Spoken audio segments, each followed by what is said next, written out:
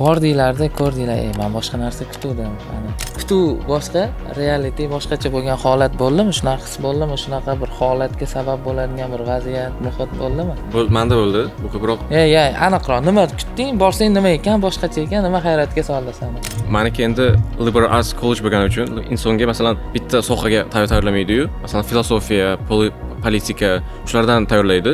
Men o'ylaganimki, borsam hozir o'zimning majorimda, ya'ni engineeringni faqat bosib o'qiyman deb o'ylagandim. Lekin u yerda bolalarni ko'rsam, ular faqat o'zini majoriga qilmasdan, fokus qilmasdan boshqa narsalarni ham, boshqa kurslarni ham oladi. Men o'ylagandimki, men faqat o'zimga kerakli, o'zimga foyda beradigan kurslarni olishim kerak degan menda g'oya bor edi. Lekin ko'ryapman, bolalar shunchaki gruppada so'rashadi, qaysi kursni olsam shunchaki maza qilaman, qaysi kursni olsam shunchaki zo'r o'tadi.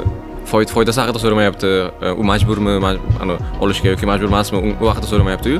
Shunchaki masalan musiqa haqida yoki filosofiyadan kurs olishni shunchaki qiziqishdan olishyapti. Va unga kredit beradi. Unga kredit beradi, lekin sohasini yopishga hech qanaqa foyda bermaydi.